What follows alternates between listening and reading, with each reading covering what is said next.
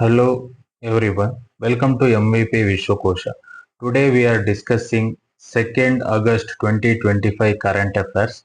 In that first point, that is about announcement by the Election Commission of India about the Vice President election.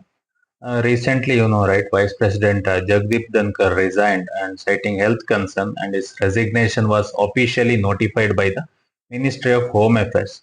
So, under the Article 324 of the Constitution, the Election Commission of India is responsible for conducting the election to fill the vacancy. And also, the Election Commission formally initiated preparations and finalized the Electoral College that consists of MPs from both houses, including the nominated members. That election schedule, that 1st August 2025, the Election Commission released the schedule for the 17th Vice Presidential election, and our polling date is set to for 9th September 2025, and notification issuance begins on 7th August, followed by filling nominations by 21st August and requiring at least 20 proposers and 20 seconders from MPs. Okay. In this constitutional and legal framework, that election process, electoral college comprises of elected plus nominated members of Rajya Sabha and elected members of Lok Sabha. Here, important point to note that state assemblies are not included. Okay, and also voting is by the secret ballot through proportional representation using the single transferable vote system. This means each MP ranks candidate and votes are transferred until a candidate achieves the quota, that is total valid votes that divided by 2 plus 1, and also eligibility must be an Indian citizen at least 35 years old and a registered voter, and also must not be a member of parliament or a state legislature at nomination time, that is under Article 66 clause 2. And also some constitution provisions, that Article 63 that declares the existence of the vice president, that is Article 64 to 65 define their duties and succession in case of presidential vacancy. And also, so if any dispute arising from the election, that is the Supreme Court is the final decision maker, that must be petition must be filled within the 30 days. And also that is Dhankar is the only third vice president in history to resign midterm after V.V. Giri and R. Venkatramana. And until the new president assumes office, that Harivamsh Narayan Singh, deputy chairperson of Rajya Sabha, serves as the acting chairman of upper house. Okay, very important, all that all constitutional articles 63, 64, 65, 66, and electoral college and voting system and election commission rule, dispute resolution, and acting chairperson. Okay, that is about recent news. Election Commission of India, okay, scheduled vice presidential election. Next news, that is about 528th birth anniversary of Goswamitulsidas. That is July 31st, 2025, marked the observance of Goswamitulsidas Jayanti, regarded as his 528th birth anniversary based on the Shravan Shukla Paksha Saptami tradition. Okay, and also Uttar Pradesh Chief Minister Yogi Adityanath commemorated the occasion in Chitrakoot, honoring Tulsidas as a cultural icon who awakened public concerns through faith and spiritual resistance during Mughal rule. Okay, very important for an devotional work and Ramlila performance. And also plans were announced to transfer Chitrakoot into a hub of faith, safety, and self-reliance with infrastructure. Also political and cultural messaging. And also about Tulsidas, born around 1497 C in Rajpur, that is Banda district, UP. His birth name was Rambola Dubey. Okay, and some major contribution, that is authored the Ramacharit Manas in Awadhi, and democratizing the Sanskrit Ramayana and popularizing Lord Rama's life among the masses. And other notable works including Hanuman Chalis, Vinaya Patrika, Kavita Vali, Krishna Gaita Vali, Doha Vali. Okay, some legacy that played a pivotal role in Bhakti movement, blending devotion with cultural identity. And also his work continued to be central to spiritual life across India and overseas, that is Mauritius also. Okay, in for exam perspective, cultural and heritage and national identity historical resistance, social mobilization, geography and cultural tourism, and secularism. Very important. That is about 528th birth anniversary of Goswami Tulsidas. Next news, that is about a recent delivery of INS Himagiri. Okay, that is a new stealth frigate of Indian Navy. Okay, that is on 31st July 2025. Garden Reach shipbuilder and engineers Kolkata delivered INS Himagiri. Okay, that is the third ship in the Nilgiri class Project 17, a stealth frigate to the Indian Navy.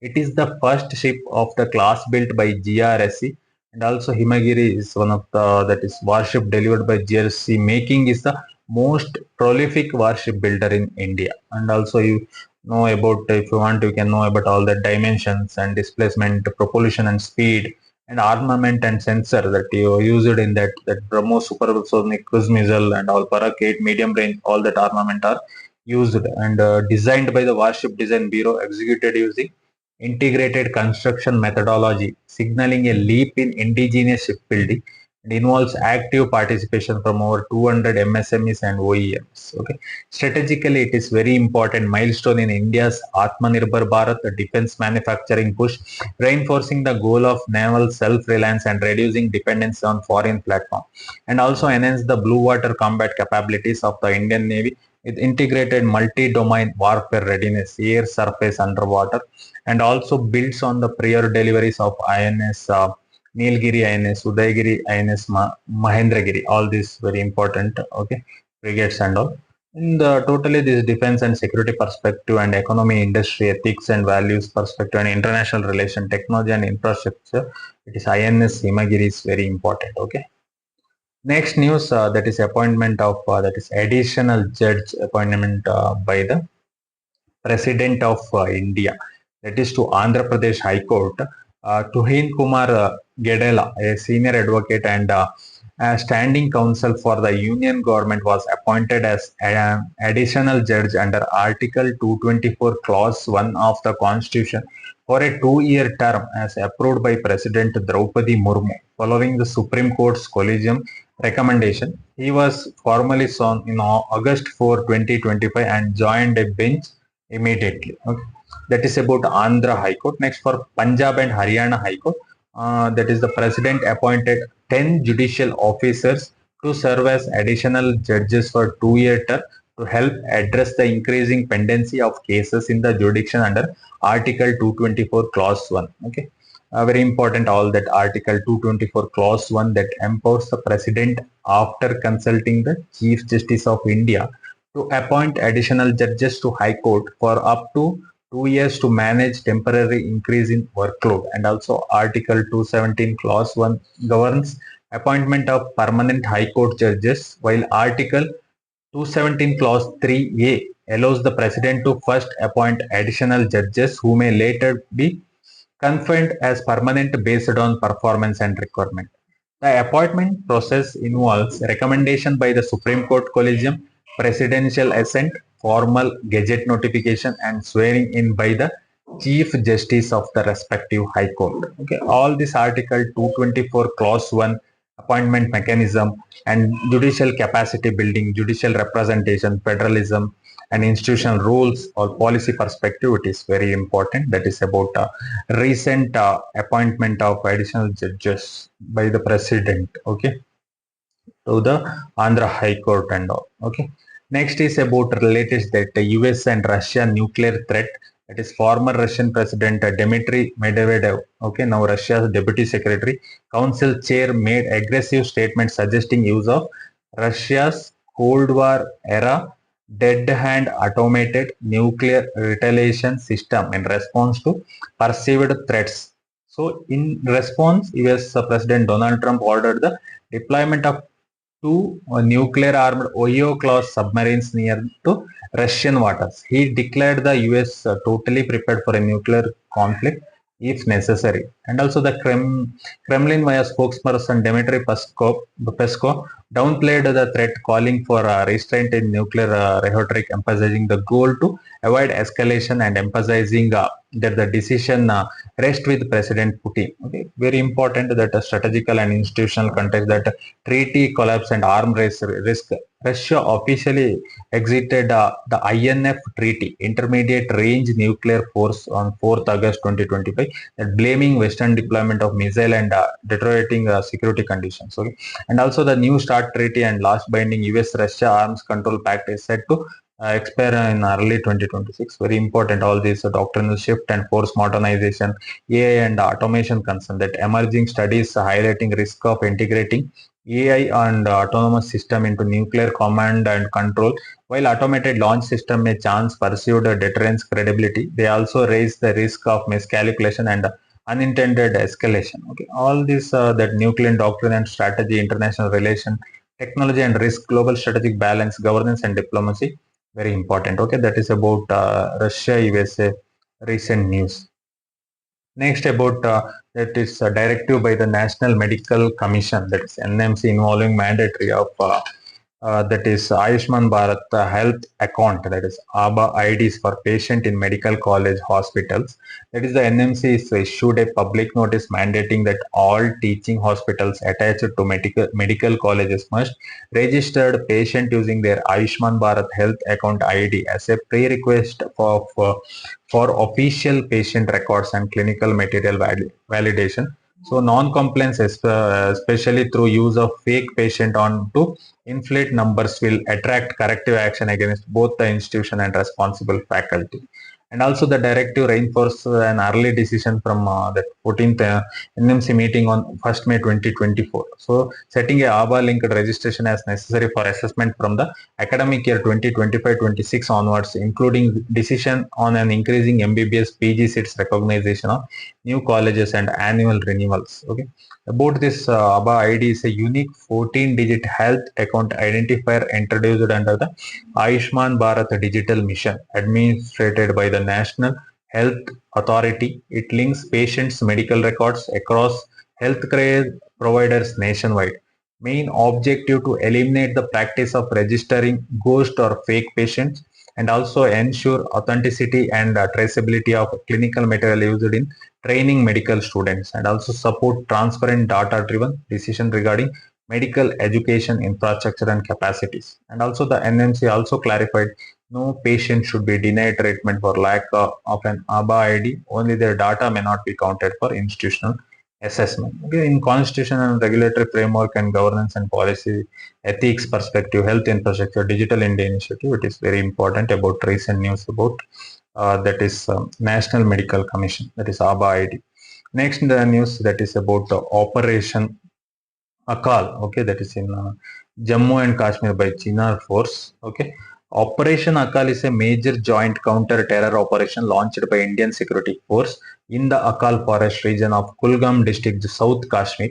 The operation involves the Indian Army's Chinar Corps, Jammu Kashmir Police, CRPF, and Special Operation Groups executing a sustained cordon and search operation based on credible intelligence about the presence of heavily armed militants.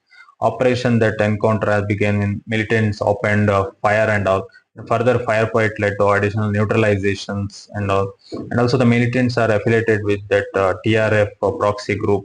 Okay, and also strategically security perspective, it is very important part of a broader counter-terror campaign. Also comes on the heels of Operation Mahadev, Operation Sindoor, security campaigns launched post Pahalgam attack to decimate terror infrastructure, track down masterminds and plug infiltration routes, and also intelligence driven and multi-agency coordination. The operation behind from intelligence gathering spanning months, including satellite phone tracking and monitoring of OGW networks. High level oversight involved commanders like the DGP and 15 corps commanders. Okay, very important. All that dense forest terrain in Kulgam poses challenges, right? All that very important. And internal security, counter terrorism, terror financing and support networks, very very important. Okay, that is about the recent news, Operation Akhal. Next is about that is a panel that is nomination of a panel of chairperson. That is the Lok Sabha Speaker has nominated a member of Parliament as empaneled member to preside over the House of proceedings. Okay, about nomination of panel of chairperson. That is Section 9 in Rules, Procedure and Conduct of Business in Lok Sabha states that at the start of session or as needed, the speaker nominates up to 10 MPs as a panel of chairperson. Okay, so any of them may preside over the house of in the absence of speaker and deputy speaker.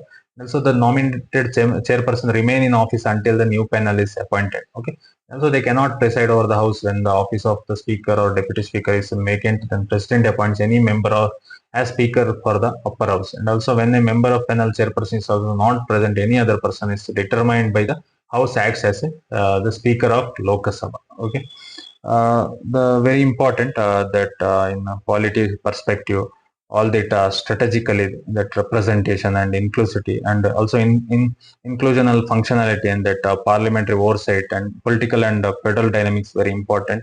All that recent news, okay, in exam perspective, that polity and governance and representation, legislative functioning and ethics and values very important. That is about recent news, nomination of panel of chairperson. Next news, that is about recent PM Modi visit to Varanasi.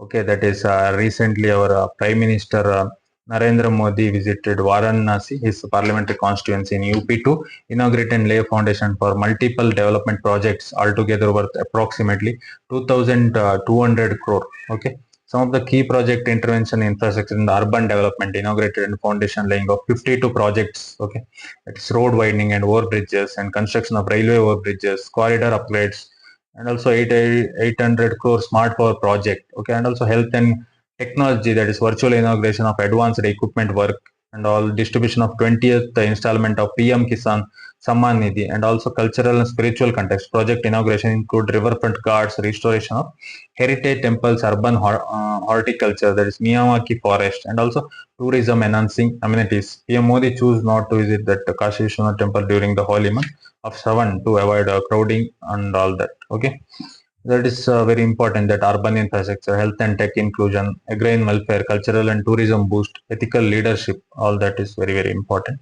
Okay, that is about PM Modi's recent visit to Varanasi. Okay, next last news, that is about Starlink to receive license to launch satellite internet service in India. That is recent Starlink has received a unified license from Department of Telecommunication, making it a third entity authorized to offer satellite-based internet service in India, joining Eutelsat, OneWeb, Airtel-backed and Reliance Jio SES JV. The Indian National Space Promotion and Authorization Center has granted the final regulatory node of 5-year authorization for Starlink to operate commercially in India. Okay, all that Telecom Minister Jyotiraditya Scindia confirmed that framework for spectrum allocation and ground gateway setup are already in place to support rollout. Okay, all that TRA has recommended a 5-year spectrum allocation and also expected pricing 33,000 hardware cost and 3,000 per month subscriptions and all. Okay, strategically policy context, digital inclusion, rural connectivity, satellite internet can be bridge infrastructure gaps in remote mountains and broader regions where fiber cellular access is limited, in line with Digital India and BharatNet goals. And also that Starlink will favor administrative allocation and all, right. And also in the Indian government aligned with Starlink preferences important policy decisions, signaling openness to new satellite based service entries. And also in national security and data sovereignty, very important, that firms must comply with security norms, local data storage, interception capabilities, at least 20% indigenization of around segment and security clearance of gateways. Very important, telecom and digital governance, digital inclusion, economy policy, security and ethics, and also innovation and competition, very important. That is about recent news, that is Starlink receives license to launch satellite internet services in India. Okay, that is about 2nd August 2025 current affairs. Thank you. Support me for further videos so that I can analyze all the topics required for UPSC and all competitive exams. Thank you.